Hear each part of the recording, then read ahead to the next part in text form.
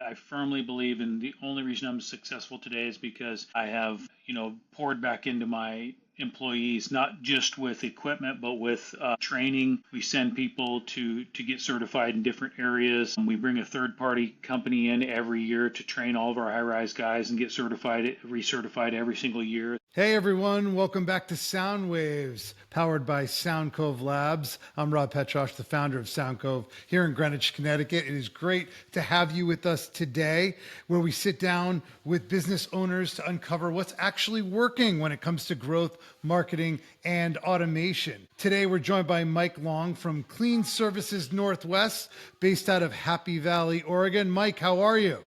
I'm good. Thank you for having me, Robert. Great to have you. How's everything in Oregon today?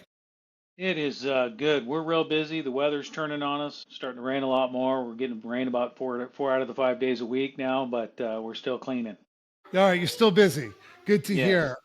Well, tell us the founding story of Clean Services Northwest. What gap did you see in the market and why did you start it? Man, the gap was huge in professionalism. I was working for another window cleaning company, and it was kind of show up and clean and get away with what you could. And I just seen a huge gap in professionalism and integrity, and thought that I could do a lot better job at it, and started my own company back in 1998. And tell us about the services you provide on the commercial and residential front so the audience understands. You bet. We're about 95% commercial, 5% residential, and we clean windows and pressure wash are our two main services. We also have a pickup business right now. That we do have a leaf machine that picks up leaves. That's pretty busy right now. We do gutter cleaning as well. But yeah, that's our and then we also have a trash can cleaning truck as well. That's a good business too, as you kind of bolt on there, right? Yeah, it has been. We've done it about 3 years now. Cool. I get it done in my house. I absolutely love it. So describe your ideal client today, whether it's a property owner or those multifamily residents, the commercial offices and the storefronts. Who's your ideal customer and the customer you can grow into a hopefully like a long-term client? You bet.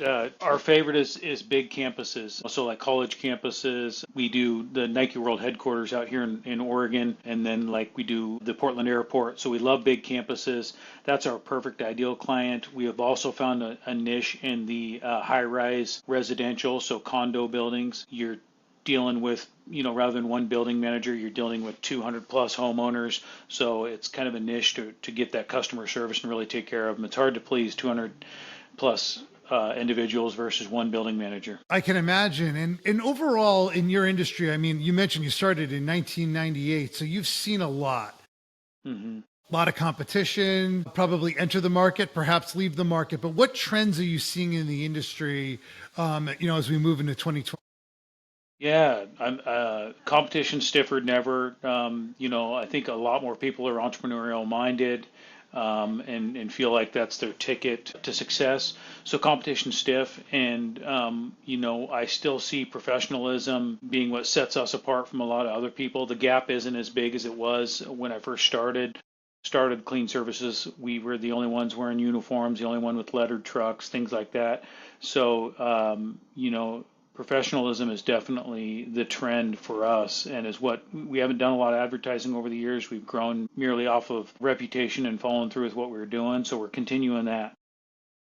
And we talk to a lot of founders in your space, and at the end of the day, by no means is starting your business easy, but the barrier to entry of cleaning may be easier than some. What do you think Absolutely. separates you from others on the market? Because hey, if you have some funding, you can get going with a cleaning business, and the margins are pretty good. So, what do you think has kept you alive all these years, and what separates the winners in this space overall?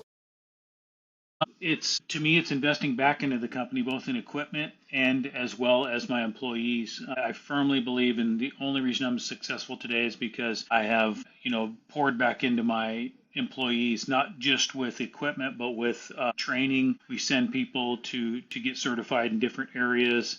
We bring a third party company in every year to train all of our high rise guys and get certified, recertified every single year. So just, reinvesting into the company in all aspects of it, equipment, supplies, and then your personnel, really giving them providing the best jobs you possibly can. In a service level or a service business, you're dealing a lot with entry level employment. And, it's okay for us to be a stepping stone for a bigger career on the horizon for people. But while they're here, we try to treat them the best we can and show them that there are career opportunities here available as well. Right. And, you mentioned hiring and the personnel. It's so important. I assume also a company like Nike does their due diligence before letting you on campus. Absolutely, yeah, yeah. We have to. Everybody's got to pass background checks, and we have a whole code of conduct, and then they have a lot of stipulations for employees while they're out there. As far as keeping it tight and agreeing to keep what we see out there to ourselves. Let's turn gears a little bit to marketing. How are most of your new leads generated right now? Is it word of mouth? Is it digital partnerships, referrals? How are you generating new business at this point? So I'm super blessed. A lot of it is word of mouth. That being said, I have my wife and my 3 children all work in the company with me, and one of my daughter's sole focuses is marketing. So she is creating relationships out there by just getting connections through emails, but also social media. She does a lot of social media content for our company, and even paid social media advertising as well.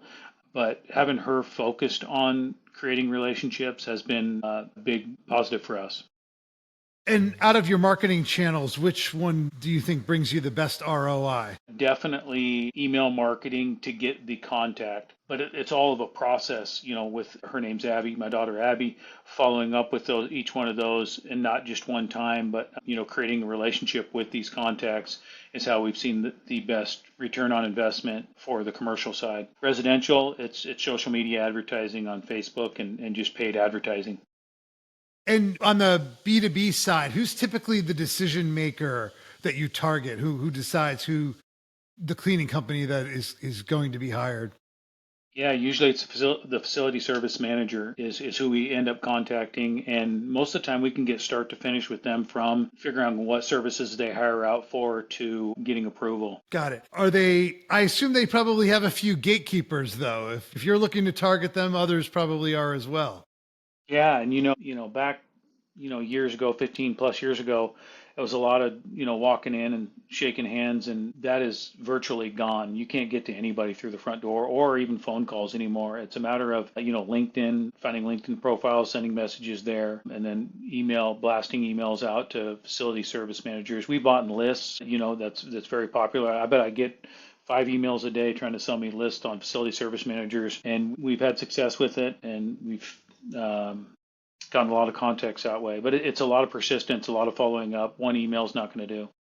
Right. Very true. You talked about your family working inside the company, but I wanted to dive a little bit into your sales process with that as well. So walk us through from an inquiry to a quote to a job schedule to service. What's the process there? And have you guys automated it in this age of AI?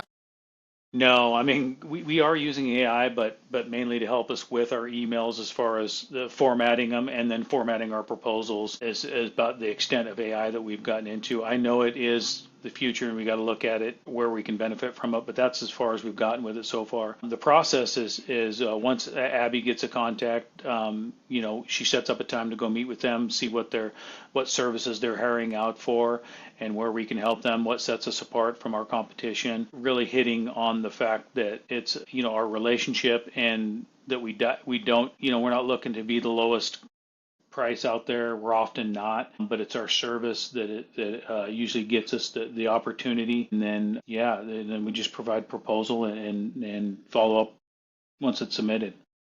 And does your contract, or how do you sell? Is it standardized packages with a time frame or custom quotes for everyone?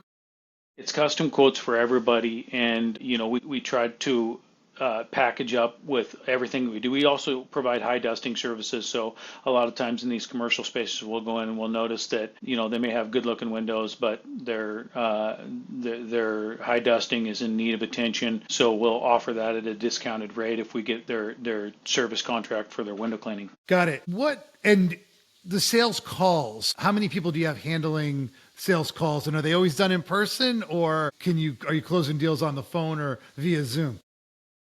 Man, that's a great question. I mean, we definitely do some of all of it. We try to get face to face with them as much as possible. We don't like doing the on the commercial side of things. Residential is different, but on the commercial side of things, we don't like proposing without getting that relationship at least started. Otherwise, I think, they'll get our proposal, see that we're a bit higher than the competition and not understand why. So we really try to create that relationship without just sending proposals in.